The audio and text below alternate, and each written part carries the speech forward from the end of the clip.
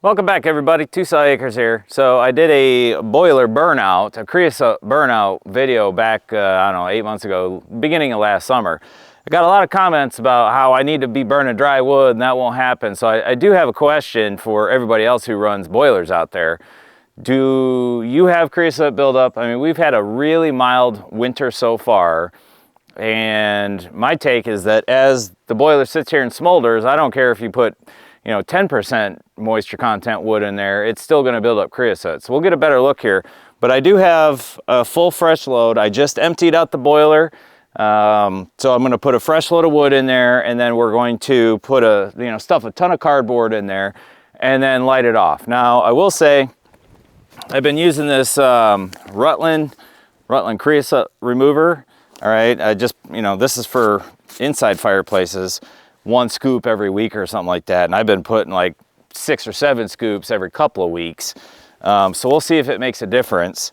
And I have a general selection of my firewood here that we're going to split open and check the moisture on it. And here's a quick peek in the woodshed. So you can see it's pretty much all the same stuff. Not much more than 4 to 6 inches in diameter. All right, so we got the Fiskars. I got a fairly small, I definitely have smaller pieces in there, but on average, smaller piece, longer piece, and this is, on average, a little bit bigger. We'll split them all, and then we will get the moisture content.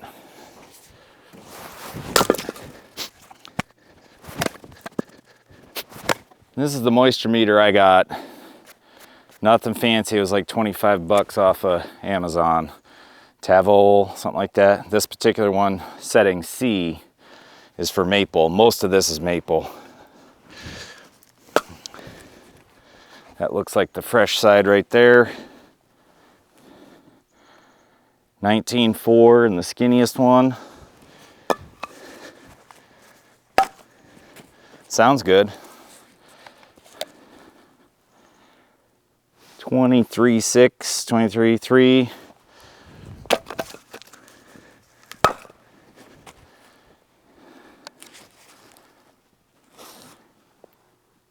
22 and a half-ish.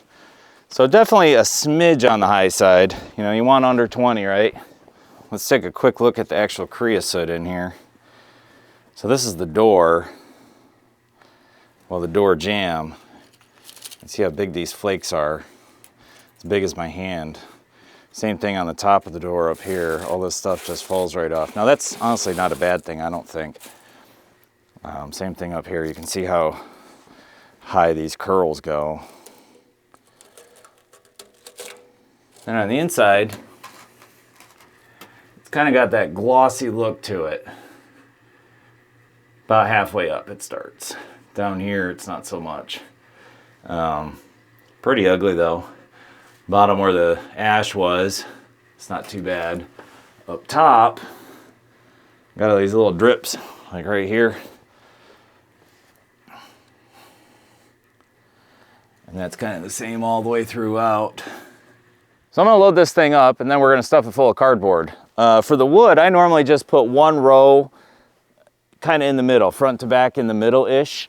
Last year I was putting 2 rows in because my barn, I had to put more in it. But you see this cart right here, this is actually a little bit more than I would normally put in it per day.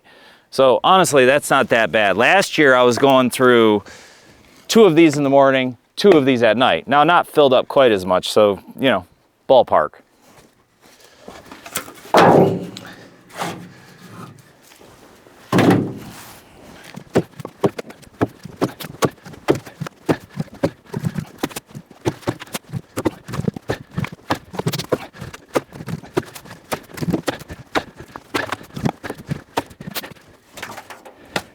So that's about 1/3 of a face cord in there.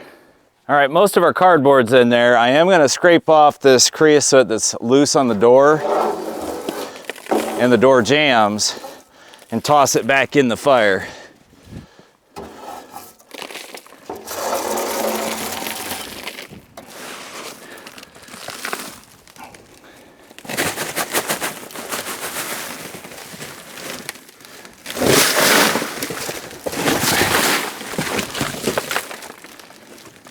All right, so I just checked. The temperature is at 122. I'm gonna throw the last bit of this creosote remover stuff in there. What's left of it now. Toss this in there and fire it up, and then we're gonna have to check back in on a little bit.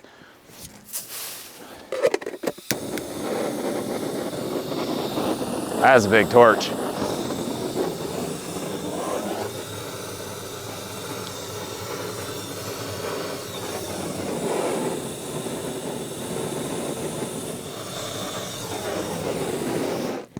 Okay, that should do. I'll leave it just cracked. Once I know it's actually running, picked up good, I'm gonna probably give it 3-4 minutes. I'm gonna turn the fans on, then it'll just blast it. All right, so it's been about 8 minutes. Fan's been on for maybe 4 or 5 minutes.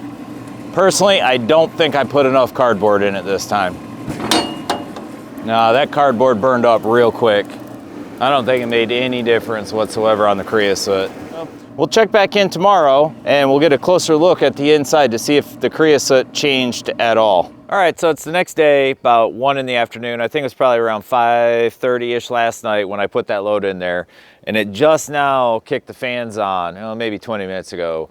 So that one load, about 1/3 of a cord, lasted, I don't know, what, 16 plus hours, 18 hours? Yeah, about 18 hours. Not bad, I'd say. It's sitting at 168 degrees. We'll see, I'm gonna show you here in a second how the burnout looked. But personally, I don't think it made a big difference. I don't think I put enough cardboard in there. I don't think I stuffed it full enough to get hot enough to really, burn up the creosote. Second off, I don't think it really matters. I cleaned it out last summer. I made that video, and that was a terrible process. I don't think I'm ever gonna do that again. And I just don't see the need in it, to tell you the truth. Let's take a look. So most of the glossy stuff is exactly the way it was. All the stuff hanging from the top up here is still hanging from the top. The doors don't look any different. So, I really don't think it's worthwhile. Maybe using a little bit more of the creosote remover would help.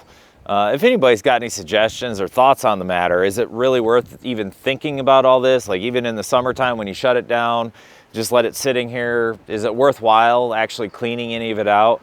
I don't seem to have any issues with heat loss, nothing. Everything's still working just fine. I think it's just the nature of the beast, there's just no way around it. But I would really like to hear other people's opinions on it, so throw it down in the comment section, let me know. I'll get back to anybody. If this helped out or you like this video, please like and subscribe, and we'll catch you on the next video.